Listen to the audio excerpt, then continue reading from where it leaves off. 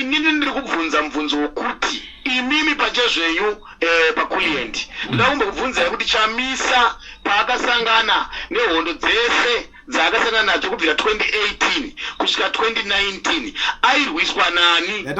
Ndingateerera. Yeah, pamubvunzo wangu uyu uri ku both sides. Both paita vaChamisa navaChiwenga. Ndinoda kumbobvunzawo imimi kuti tingati vaChiwenga vari kurwira position, tingati vari kurwira hawo, because nezvakaitika kuZANU-PF conference wamutaruka ndakasara ndakanyarara murumo kuti ndanzwa kuti vaChiwenga vatadza kana kusumudza chigunwe vachitaura kuti nigirikini resolution 1 yekuti vamunangagwa vasvike 2030 kuti isamiswe, because pakatobvunzwa nawo pamuchinguri kuti ndiani pane here ari kupikisana nazvo, pakashayika na 1 aita sei, pakashayika na 1 akasumuka.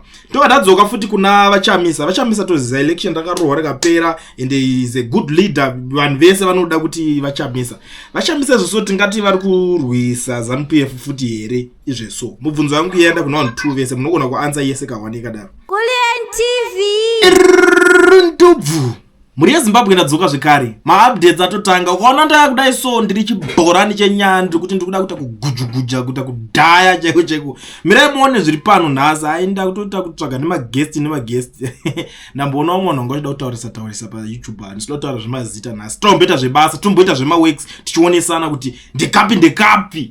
Alright baba vachinogurei kwazisai vateereri, titangire pano chirongwa chedu. Ndinokutenda zvikuru. Inini handina zvakawanda. Chandinoda kutenda vana veZimbabwe nokunzwisisa kwavakuita politics mazuva ano. Kare vaingotakurirwa musaga sekiti, asi ndoda kutenda kuti vanhu vavhurika njere, vanhu vakuziva chakanaka nechakaipa. Saka ndoda kutenda vana veZimbabwe kuti makadi henyu makadi ndi baba vachinogurei ngatidefend. Tine nhau yatakasiyira panzira, ndinoimba kuti ndo nhau yamuinayo. Tine nhau yababa vaChamisa maringe nesituation iri kuitika munyika iko zvino izvi. Handizvo? Chokwadi. Nhau iripo ndeyekudai. Ndinonzwa chaizvo mashoko evanhu vakawanda vachitaura kuti vaChamisa vakazorora, vaChamisa vakanyararirei, vaChamisa wasiri kuparticipata. Chekutanga regai nditaure vanhu veZimbabwe, muri veZimbabwe ndichiti inini ndiri kubvunza mubvunzo wokuti imimi pachezvenyu paCulliand ndoda kumbobvunza kuti Chamisa paakasangana nehondo dzese dzaakasangana nadzo kubvira 2018 kusvika 2019 airwiswa nani pakati penyika navaChiwenga nePofu? Airwiswa nebato ripi nevanhu vapi? Airwiswa nevanhu veZANU-PF. VaChiwenga vanga vasimwe here muurongwa hwekurwiswa kwavaChamisa? Ipapo hangu handizonyatsoziva paurongwa hwekurwiswa, but ndoziva kuti vaChiwenga vanga urimo muZANU-PF. Okay, point 1. Akarova chigumbambama 2018 ndiani? Iyo haina kumbonyanya kusvika nemunzeve dzedu, to be very honest, but munogona kutiudza. Vakarova vachigumbambama chigumba choverenga mavhotsi, vakapinda mukati vakarova mbama, zvinozikanwa nenyika, handisi kutaura zvinhu zvesecret bakwete zvakaitika pajechetere. 1. Nhasi uno uyu akanga achikambenera vaMunangagwa ndavaChiwenga 2018 ndo pavaibudisa mashoko kuti Murambwe tichakuchengetai kusvikira zvanaka, hakuna anokubisa yazviti. Pamusoro paizvozvo vari vachigumbambama, vanhu vakapfurwa mumastriti 2018 iyoyo, vanhu vakapfurwa vachidemonstrata maringe nemaelection, vanhu vakapfurwa vanhu veopposition vaitungamirirwa navaChiwenga, vana vavaChiwenga, kureva kuti panguva yacho vaChiwenga vanga vasati vakumurwa nyembe ndikuti vaMunangagwa vanga vasati vakutonga vawina. VaChiwenga navaSanyatwe ndo vanhu vakanga vachitungamirira mauto nanhasi. Saka nhasi uno 2018 VaChiwenga ndo vaikambena vachishishidzira nekupfuretena vaChamisa nekupfuretena opposition ine mamembers. Pakafa mboneni ngube ndofunga munozviziva mukomana pakwekwe kura ine mapfumo. VaChiwenga vakatobudisa mashoko vari parari yeZANU vakati tichakushwanya isenda amusati mashwa mapera. Saka nhasi uno ndoda kumbobvunza kuti vanhu vari kuti vaChamisa ngavaende vanobatana nevamwe, vaende kunobatana nevanhu veZANU here? Nekuti vaChiwenga munhu weZANU, vachiwenga havasi kubuda ruzano ende vachiwenga vari kupenga vachibhonga nekupopota vachirwisana nevamwe vavo vari muzano. Saka vachiwenga vosiya bato ravo here vaende kunobatana navachiwenga. Moreover vachiwenga ndo vane history yokufaita Chamisa, ndo vane history yokurwisa Chamisa. Saka imimi vana veZimbabwe muri kuti Chamisa uri kuramba papi kubatana navachiwenga. Unofanira kunge uchikumbira ruregerero kune umwe kana kuti unofanira kunge uchienda kune umwe unozvininipisa kune umwe ndiani pakati pavachamisa navachiwenga. Nokuti utsinye hwakaitwa pamaelection a2018 utsinye hwakaitwa 2023 vachiwenga vanga vavice president. Unofunga here kuti vaMnangagwa pavaitonga nyika nokuita zvese zvavaita izvi vaisvita vari vega ivo vachiwenga vasingazvizivi zvokutonga nyika, zvokondora majeri, zvokondora fazi, zvokondora judiciary, zvokondora zeki, zvokondora mapurisa, zvokondora army. Mitemo iri muzanu PF vachiwenga havaizivi here vanga vasimo here uye pakurwiswa kweopposition party vachiwenga vanga vasimo here muzanu PF. Ivo vari ndivo maleaders acho, vari ndivo vaitedzana naMnangagwa. Saka vanofanira kukumbira mumwe ruregero ndiani pakati peopposition pavachamisa navachiwenga. Anofanira kuenda kuno umwe ndiani akatadzira umwe ndiani akabatira umwe mbudzi ndiani unofanira kubatira umwe huku ndiani kuti sawira ndakakukanganisira, sawira ndakarasika, sawira ndakatadza. Saka wai vanhu vari kutaura nawe kuti Chamisa hasina kubatana nevamwe. Now tapedza nyaya iyi. Nhasi uno Chamisa kangani achidzokerana naana Biti, kangani achidzokerana naana Jobo Skala, vachibuda vachidzoka, vachibuda vachidzoka vana Wilson Ngube. Saka Chamisa kunyara kwaakaita baba uruda kutanga vatsvaga vanhu vakawimbika, uruda kutanga vatsvaga vanhu vane musoro, nekuti vazhinji vacho vamwe vanofuna futi vakutora information yemubato voenda kunoisa kuzanu PF, vamwe vanotora information yemumusangano vonotsvaga mari kuzano, vamwe vanopesera vabhadharwa kana kuti vamwe vanopesera vatsemura bato mangwana zvakaitwa naShabangu, zvakaitwa naMonzora. Saka vaChamisa vari kubuilda nekuwaka nekukwenenzvera bato vachiongorora vanhu vavari kuda kushanda navo kuti vanhu vari honest here. Saka vanhu ngavarege kuti Chamisa asina kushanda nevamwe nokuti Jobo Skala kakangana achibuda, Wilson Ngube takangana achibuda. Remember pana vachangai Wilson Ngube akabuda, Skala akabuda, Biti akabuda, vakadzokerana futi vakazodzoka futi. Saka Chamisa oramba here achingoti vanenge vabuda mubato vakamutsa bato ravo vakashaiwa vanhu vopedza voti uya tibatane Chamisa vambodya mari kuzano vopedza voti Chamisa uya tibatane. Saka Chamisa ndiro basa rake here kuita mutungamiri webato imhosva here. Vanhu ngavatarise kuona kuti chiri kukonesa kuti Chamisa abatane nevanhu ava chii. Nhasi uno Shabangu unokodzera yoti vaChamisa adaidza vaChamisa kuti yaitibatane nezvakaitika 2018. Makazvitarisa Shabangu munhu webato here chaizvo izvo kuti bato rinopikisa nezvakaita 2018 chaizvo izvo. VaMonzora munhu here kuti vanogona kuti vadaidze Chamisa ivo vasina kana munhu avainaye. VaMadhuku vanokodzera kudaidza vaChamisa vasina kana MP kana kanzira chaiyo even kana one city zvayo. Saka onai kuti munhu anofanira kunge achidaidzwa kana kuti anofanira kudaidza vamwe ndiani uye munhu anofanira kunge achiteererwa ndiani, nokuti munhu ane chimuti ndiye munhu anofanira kuteerwa nevanhu, munhu ane bhora. Saka munhu ane bhora ndiye anomakwazvo. Saka vanhu vese vari kungotukira Chamisa. Regai ntaura ndichiti vaChamisa vanotoda chaizvo kuti nyika isunungure Zimbabwe. But dambudziko riripo nderekuti vaMonzora vanoziva mhosva yavo kuna vaChamisa. Havana ruregerero rwakapa vana veZimbabwe, havana ruregerero rwakapa kuna vaChamisa. VaMonzora vanoziva mhosva yavo, vakatora harvest vakatengesera zanu PF. VaShabangu vanoziva mhosva yavo yavakaita kuna vaChamisa, vakadzingisa vanhu muparamende vakamanikidzwa vakatsigirwa nezanu nemakatare. Nhasi uno vachiwenga vanoziva mhosva yavo yavainayo kuvana veZimbabwe. Ndivo vakadaidza Mnangagwa, ndivo vakanga vachimusapota nguva yese vachidinidzira vachidini. Saka vachiwenga vari kurwisa kuti ivo vava neposti yekutonga vatongewo nzvimbo yavo. Vachiwenga havasi kurwira kuti vada kuti nyika inove negood leadership kana kuti new leadership. Vachiwenga vari kurwira kuti ivo vatonge, havasi kurwira kuti Chamisa atonge kana kuti Biti atonge kana kuti Monzora atonge kana kuti Simba kana utani. Vachiwenga vanorwira posti yavo iyo. Saka imimi tarise kuti vachiwenga vari kurwira yavo, vaChamisa vari kurwira temu yavo yavakabirwa vachamisa vakavhoterwa vakawina maelection 2018 na2023 zvamunoziva. Saka vachamisa vari kurwira temu yavo kuti vadzosere temu yavo kana kuti vadzoke pachigaro vatonge nyika sevane munhu ari kudiva nenyika akaiswa nevanhu. Saka nhasi unoyu Chiwenga uri kumhanya uchimhanyisa uda kutonga, Chamisa uda kutonga. Saka oraiti kubatana kunomuka here ipapa nekuti Chiwenga asati ane vanhu background. Chiwenga haana kuvhoterwa. Chiwenga uda kutorwisa kuti Chamisa ngauye pasi pangu nditonge inini. Chamisa ngataure nemasi akaidze masi ini support inini. Saka Chamisa oenda kotsvagira vaChiwenga masi paground here nekuti unodiwa nevanhu kuti auye azotsigira vaChiwenga kuti vawane power kutonga vaone kurwisa Mnangagwa. Alright. Ya ndaita mubvunzo papa but mubvunzo wangu ka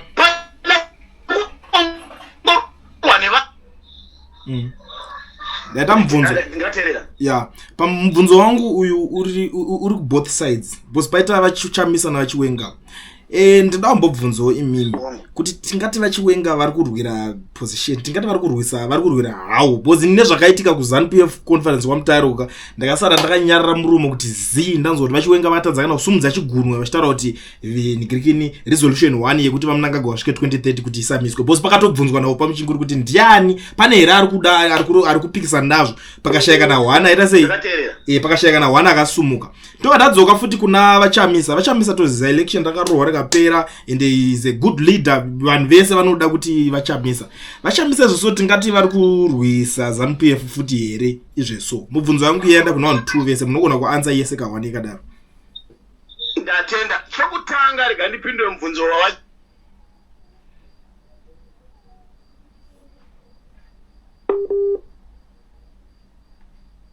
Chitonga pavari mai manje anaya havana kusiyana nemunhu avakarwisa vachiti atengesa vanhu kuMozambique kuchimoyo ainzi Nyati. VaChiwenga zvinhu zvavari kuita is a selfish. Why ndichitaura kudaro?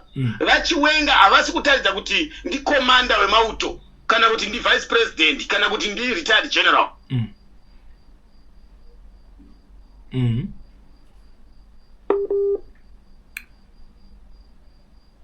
Yeah, I'm listening.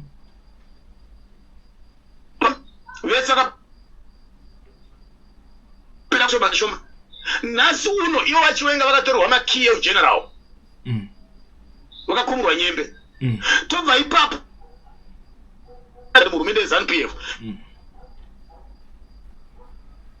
zvinodhura mari dzakawandisa vakapera kutengwa vese kuami kwacho nekuchipurisa vaipfukiswa mabasa amwe wakadzingwa vamwe vakarifuriwa vamwe vacho varipo nhasi uno vakapuhwa mari vari kupuhwa mari inorema kutambira mari zvinhu.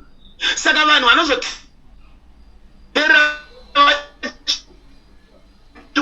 vanobvuta chinhu mauto avaChiwenga vanokondora it's lying. Vanhu vari kutaura kwavasina kusora vasingazivi nokuti mai manje zvinhu zvakachinja zvese zvakashandwa zvese kuti rishafuri.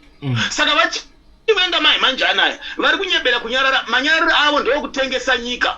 End of the end vaChiwenga vachangopedzisira vangosarika zvinhu zvese kumaoko eZANU kunana Mnangagwa.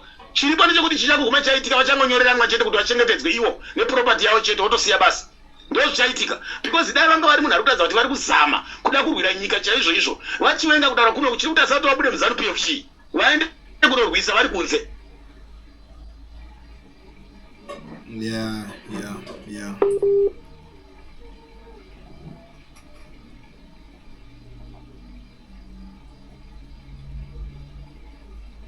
Saka vachifunga nokufungidzira kuti vachatora Mnangagwa pfungwa nehasha dzokurwisa kuti inini ndototonga temu yangu chete but power chairo havasisina. Saka vakuita sokunge vakuda kupinda kupovho kumasi. Dai vaChiwenga vaida kumutsa musoro vakamutsa mazuva aya anyoka yemabhunu aya. Dai vaChiwenga vaida kumutsa musoro vakamutsa mazuva agesa. Saka nhasi uno pari zvinezvi ingo zvinondopa kubuda vachimhanya mukati mevanhu vega. So zviri zvaakutonetsa kuti vachigamuchirwa baba pakulendi vakomana kule tera zvandore nokuti mazvinezvi mai manje vaChiwenga vari kunzishoko kuZANU-PF kumaopposition chaivo kwachona kuopposition vanhu veopposition vari kuti musatora vanhu vedu vari kuvati shoko futi.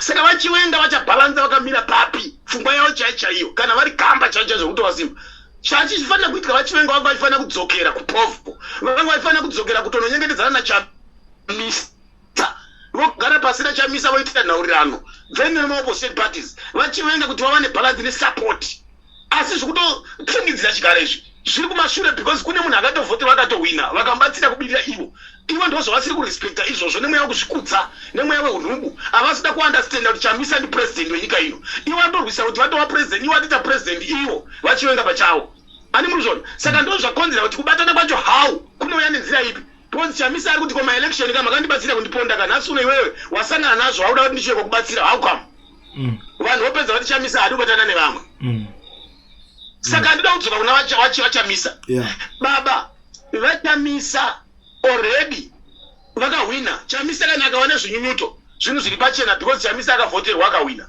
akabirirwa zviri pachena zvamunoziva tarisai muone zvatika kuTanzania kuti munhu aenda murestari ega kanzi awina zvakamba tikakupa izvozvo mubato rinopikisa lidha vacho akasungwa mucheni ndo zvakaitwa vachamisa vakaenda kumaelection vakasungwa mbira dzakondo because vairwiswa ne4 affairs vairwiswa nePoland vairwiswa nepolisi vairwiswa nejudiciary vairwiswa nearmy vairwiswa neZANU but now zvese zvakadaro vakanyima mari yekuenda kumaelection vachamisa now vanhu vangataura zvavo zvakutaura izvi Chamisa haana mari yenyika yaakadya maringe nezvebato rake haana mari yenyika yaakadya kana maasitsi enyika akatora vakatora mari yenyika ndiana Mwonzora nana Shabangu vanhu vangadai vari kutonetsa vana Shabangu nana Madhuku nana Masarira kuti havasina kubatana nevamwe because Chamisa haana chinhu chenyika chaakadya kana peni kana Zuda akanyimwa neZANU-PF achinzi hausori nengirikini political party Shabangu ndi saka vachamisa vanhu vanganyanya kutarisa vachamisa but vanofanira kutarisa vanhu vari kunzika ndo maoriginal party because main original party muZimbabwe iri kutariswa neZANU-PF saka now Chamisa iko zvino izvi uri kudivire vanhu Chamisa uri kutorwisa ZANU-PF zvakasimba kuti unoda kodzero dzake oda maelection ake kunyarara ikoku it's a silent iyo inoratidza kuti naye imi wanakomana wekuleni imi munoti nyika kutambudzika kwairi kuita ZANU-PF kutambudzika kwairi kutonga nyika so zvinhu zvese kuoma munyika so imi kuti harisi simba raChamisa muri mungati zviri zvega here kunetsa kuti nyika kudai so haisi ngozi here Chamisa ingozi kaya yakaitwa naChamisa akaparwa naNezanu kuna Chamisa saka Chamisa uri kurwira chaizvo izvo asi Chamisa mai manje akada kupinda murodhi achiti toi zviitwa kuTanzania kuya pakatombopinda pinda vamwe vanhu vachiuta vachibatsira vachita sei vamwe vanhu vachipinda vachita sei akada kuti mai manje anaya masoja anototumwa kuenda kopfura Chamisa mapurisa eMasiyawo emapurisa ezvedarapi vanototumwa kuenda kotsvaka bana Chamisa kuti vamusunge saka Chamisa haana security yenyika pari zvinhu izvi nokuti mutemo uri muZimbabwe wakasiyana nemutemo uri muSouth Africa uri Namibia uri Botswana uri Tanzania uri kupi mitemo iri muZimbabwe mitemo yechiChinese yechidictatorship yechiKorean saka Chamisa mai manje anaya kuti apinda achiti vanhu zvakati vanhu vanenge vatokuwadzisa Chamisa vacho vachichekeresa Chamisa vacho uchiminzika kufa kwaChamisa hakusisina opposition saka vanhu vari kuzama kushuda Chamisa nekuprotecta Chamisa saka Chamisa une zvauri kuronga zvakawanda but vanhu havagone kuziva nekukasika nenguva zviri kuitwa neZANU zvese Chamisa ari kuzviziva mashoko atiri kutaura ese nezvinotaura pasi panezvi Chamisa ari kuzviziva zvaari kuronga hamugone kuzviziva remember kuti ZANU-PF inowirana neChina zvamunoziva ZANU-PF inowirana neNorth Korea zvamunoziva ZANU-PF inowirana neRussia zvamunoziva Chamisa it's a president unowirana neAmerica unowirana neBritain nekuti nyika dzese dziri muEurope dzese unowirana nadzo wana America wana Australia dzimwe Africa zhinji dzacho unowirana nadzo nedzimwe dziri kuAsia kwacho unowirana nadzo Chamisa unowirana nenyika dzakawanda uchida support nhasi unokufumatira kuti ndirwise ZANU mai manje anaya Chamisa unogona kuzviita but pari zvino zvawanga uchitarisira kuti kuda zimwe nguva ZANU-PF ichaisa dzimwe pfungwa saka muri kuona Chamisa azama maelection zvaramba akuzama kuti pagadziswe mareforms ZANU iri kutiza iri kuramba yakuda kubhija mutemo kuti itize mareforms nokuti mareforms anobatsira kuti parike kuva nehondo kakatana saka Chamisa ari kuti no ngatigadzirisei zvinhu zvinopa peace kana tichienda kumaelection ngatigadzirise mutemo wemaelection mauto ngave neboundary pamaelection paanoperera majudiciary ngaive nemashandiro ainoperera polisi ngaive nepainoperera kunyangwe ZANU-PF zvimapato nezvimwe zvairi kuita munyika inenge ine maboundaries through mareforms maelection ozvimirira electoral commission yozvimiririra then kuti mapato ese ave nepower saka pari zvino izvi ZANU kana ikaita zvairi kuita mai manje anaya ndo iri kushandisa army ndo iri kushandisa polisi ndo iri kushandisa judiciary iko zvine zvingakutaurai vakomana vekuliendi endai munosecha vana vemuZimbabwe kuti kuzeki kune vana Kembo Mohadi vari kutsvagei ikoko mavhaisi ningirikini ikoko wana Chikumba kune vana Obert Mpofu vari kutsvagei ikoko uyo minister foreign affairs home affairs ngirikini uyo anzani ikoko mwana wake ari ikoko futi saka electoral commission yakazvimira here iri independent here saka iwe ungaenda kuma-election uri opposition uchipikizana nezano wonoverengerwa mavhotsi nezano wonomakirwa nezano zvinobuda here zvinomusoro here izvozvo mukuru wamapurisa aipari zvinezvi akarora pamwe chiti namunangagwa mukoma nemunin'ina pakuroora kwawo ukama hwawo it's a family mukuru wamapurisa iko kuya vakaisa mabhuruu nemafamilies ende kuda kuisa sibanda kuda kuisa munhu avanosiya vagadzika kuva didiki wazochovha mwana wamunangagwa saka machamisa hana defense hana security saka vana vari muzimbabwe vanofanira kutomirana chamisa zvakasimba womirira zviri kurongwa navachamisa womirira kunzwa zviri kurongwa naleader vamwe vese mapolitical parties esaya it's not original political party mapato ari kutsvaga sadza mapato ari kutsvaga mari kufunga kwenyu mimawangonzora vachasvika pakutonga zimbabwe here kana kuvhoti vachaucheka vanga vane vanhu kana 500 here kana vashabangu kana kuti vamadhuku kana kuti vabiti kana kuti vanhu vajoboskala vangasvika here panguva yekuti vanowana vanhu kudarika chamisa nakukwidza nezanupf kana kutingwa zano even choholismang'ombe chaito havase vakazviita bato ravanenge vachisaboteja vari kusaboteja chamisa kureva kuti havacharwisi zanupf vana sibanda vana skala vana biti vana holismang'ombe vana shabangu vana ngonzora vana madhuku vava kutorwisa chamisa even vasinga kurwisi direct but vari kutorwisa chamisa because vanenge vachifadza zanupf because zanupf dzinenge dzisiri 4-5 inenge iri 1 but ivo manje chamisa instead yekuti avane 100 mumwe ari kubisa 500 mumwe ari kubisa 5 mumwe ari kubisa 5 mumwe ari kubisa 10 mumwe ari kubisa 3 chamisa unosara une vanhu kana 40 kana 50 zanupf yosara ine 170 saka vari kusaboteja main opposition but vanichitoziva kuti chamisa ndo bato riri kudiwa nenyika yese ndo bato riri kudiwa nevanhu saka ivo vari kuziva zvavari kuita vari kushandiswa nekupuhwa mari nezvigananda izvi havambofoka kuhwina nyika but vari kukuwadza opposition iri kudiwa nevanhu munyika ine vanhu instead yekuti vese vasiye zvavari kuita izvi vamire ne1 political party vakurudzire vanhu kumira ne1 political party chamisa unozviziva zvese zvemademonstration zvamuri kutora zvese izvi zvese zvemitemo iri kutaurwa yese chamisa uri kuzviziva remember kuti chamisa une maadvise akawanda kamusa mungoti akatsinzira varume ndoda kutaura chokwadi chiripo kune maprofesa ari munana america maadvocates maloya ari munana britain america nedzimwe nyika muafrica muno mese muafrica muno vanotoadvisawo chamisa it's a political party inozikanwa vanotomaadvisawo mune maopposition parties ari mueurope ari muasia ari muafrica vanotomubata achimuonesa situation nhamo yaari kuwana nekuti vese vari munhamo imwe chete saka chamisa unoadvaiswa nevanhu vakawanda munyika chaimo mune maadvaisa akawanda vana vezimbabwe nevari kunze vanomuadvaisa saka njere dzachamisa hadzisi dzake ega ari kuziva zvaari kuita wait pane zviri kugadziriswa zvaari kuronga murume uyo haana kupusa haana kuraraba uya uyu asi kuti zanupf ine dambudziko rokuti kana varwisana ikoko vanoenda kunoridza mhere paground vachidaidza chamisa kana varowana ikoko vanoenda kunodaidza chamisa vanoenda kunopomera chamisa iko zvinezvi mai manje ana mhere dzese dzavari kutaura vachiposha vanhu mumaground vada kungoti chamisa ndiye ari kunonoka arisiri kuda kutaura nevamwe but panguva yavanenge vachiwirirana havana basa nachamisa asi vakarovana ikoko kuzanupf vanomhanya kunovatera chamisa voti chamisa uya kuno vakangorovana chete voti chamisa uya kuno saka it's not a fair game nyaya iripo ndeyekuti chamisa ndiye ari kudiwa nevana vezimbabwe zanupf iri kutonga hayo zvairi kuita pati iri kutonga zvokubira zvemushonga zvechidictatorship but chamisa ndiye ari kudiwa chiri kutyisa vana vezimbabwe kuti vapinde murodhi mai manje zanupf iri kushandisa masoja zanupf iri kushandisa mapurisa kureva kuti nyika haisisina security ba equivalent nyika haina masoja musanyebelana kuti nyika haina masoja ezimbabwe masoja ndeye zanupf ndeye kuchengetedza zano zimbabwe pachezvayo macivilians vana vezimbabwe havari vega havana muchengeti havana gumbeze havana masoja ndezanupf havana mapurisa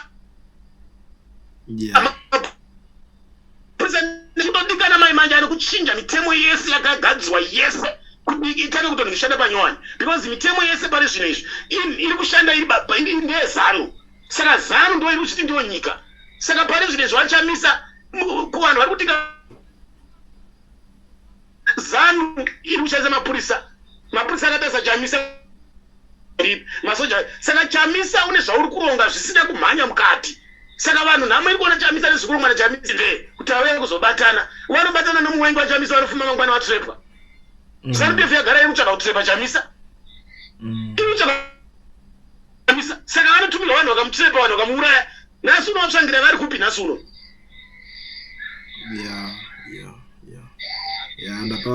ndapanzwisisa saka chamisa urambe but chamisa uri kuzviziva kuti urikuda kutsvaga kuiswa tambo mumuhuro kuti vamukochekere tambo vamudhonze rangarira kuti Poland yakanga yakaumbirwa. Ndida kubvunza iwewe Pakuleni kuti Poland basa racho yarangarirei. Ya kwakuri kuda kutaimirana kwakuri kunyangwirana kakwekwe kuti zvinzi kwaitwa dialogue munyika. Adidika alright so baba kufazi yanga iri basa rayo. Fazi yachikidzira vanhu ma elections ya.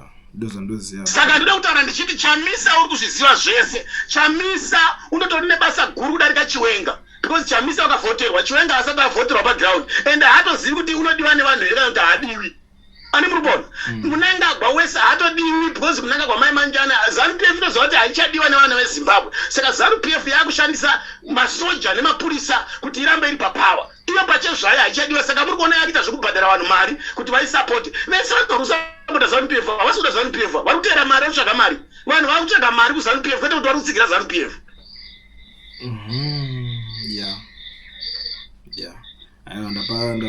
Currently munhu ari kudiwa iko zvinezvi, munhu ari kudiwa chaizvo nenyika. Munhu ari kutarisirwa nyika yese kuramba yakamira pana Chamisa. Vari kuziva kuti Chamisa ndiye akawina maelection. Saka muri kuona vanhu zvinhu zvese zvakamira kuti twi ZANU-PF iri kutambudzika nekunetseka. Vari kutarisa Chamisa. Saka now Chamisa vanhu vadaita zvokumufosa. Aukani kuti Mwanzura unosunga uchitaurira nyika yese kuti Chamisa ngawe tibatane. Zvino musoro kana ndikakubvunza ipaKuleni ipapo kuti Mwanzura une kodzero kudaidza Chamisa here. Zvibude. Situation yakaitika naMwanzura. Uye nechipino chaMwanzura kuti une vanhu vangari muparliament. Une chicha inacho neutsotsi nehunubu hwakaitira bato. Shwashwa Chamisa wotonzi mhanya kuno mfana oyo achimhanya. Shabangu oti Chamisa uya kuno Shabangu Chamisa waenda achimhanya vanhu oti Chamisa mamona aenda. Vanhu votofara Chamisa abata namama pato.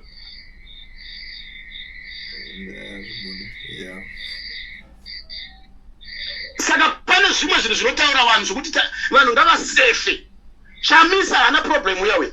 Ane problem ndiana Shabangu. Wane problem ndiana wana skala wana wetsobe ngube vai. Wane problem ndiana Mwanzura. Ndo vanhu wane problem wana matuku.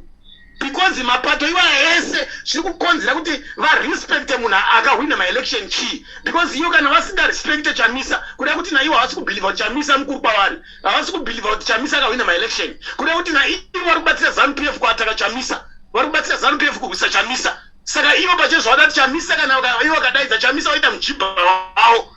Chamisa waita pwere kwavari ivo. Ivo wadati muchibha Chamisa aite wamushandise ivo. Because Chamisa unodiwa nevanhu saka wada kumushandisa.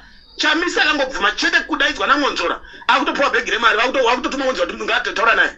Akangobvuma kana Shabangu chete vakutotaura Shabangu. End of the end hakusina opposition party. Dai Chamisa akanga akapuwa mari aitadza kutenga mauto here kana kuti kutenga dzimwe nyika kubhadhara dzimwe mari dzinotaurwa dzese dzakasviba kudaro. Aitadza kuita dzimwe nzira dzaangaita. Even Chamisa dai anga ari munhu anoda kupandukira nyika kana kurwisa nyika Mai Manjana. Akada Mai Manjana kunonyorana pasi neISIS. Kana kuti ngekuti Boko Haram kana kuti iyo yeku Wagner yeku Russia iyai inoenda pedza masports nemane zvombo zviri ahead kupfura zviri muZimbabwe. Chamisa chaipo paipa unongonyorana chete kana utapedza nyika tapedza masports tichazowana semi goredu sezvo zvakamboita ZANU iri kuhondo yakazobhadhara ZANU China yakabhadhara hondo yapera. Chamisa aida kungozvita unongozvita kana kumaIslamic state akanga ari Mozambique achiuraya vanhu Mozambique. Kungotaura naka one chete vanopinda vaya vakomana vaya. Zvokuti havanoshaka kupinda nako muno nyika dzemaAfrica dzakasimba kuita sei vachida kupinda vanopinda vaya vakomana kudambura chakukosa masikati machena chaiwo kuuya muno nekupinda akakwana chaiyo. Chamisa haana mweya utsinye but kwavari kufosa Chamisa kuti aende kwokupedzisira kwachaiko vana Munangagwa vachamhanya ende vana Munangagwa vachabva vachichema vachirira because vari kupa enga vari kupa hasha vana veZimbabwe ende zvichatuma kuti Chamisa aite masimba akakwana because Chamisa agara anotongodiwa kudhara neEuropean countries. Chamisa anodiwa neAmerica even Trump Mai Manjana Chamisa akangoenda kunochema mahapu amaTrump Mai Manjana. Vanoswera vamhanyi vana Munangagwa. Ya ndopenda kubvunza ipapo kuti pemamuchiti ana Munangagwa vachamhanya Munangagwa achamhanya chirudzi because so far handi vakuda kunoamenda constitution ndo yega step yasara vakaamenda constitution ka ndikuona kuti maelection achatombomiswa kana makore akawanda kuti uyu aramba achita sachitonga like pane there's that document rakabuda reBBI rikutaura kuti zoni roda kumisa maelection for the next 10 years saka vachamhanya sei ivo vakuda amenda constitution and vanogona kuramba vachiamenda kana since so far variwo vane vane majority yakawanda muparliament zvokuti vanogona kutoamenda kuti atonge kusvika afaka achamisa sei munhu.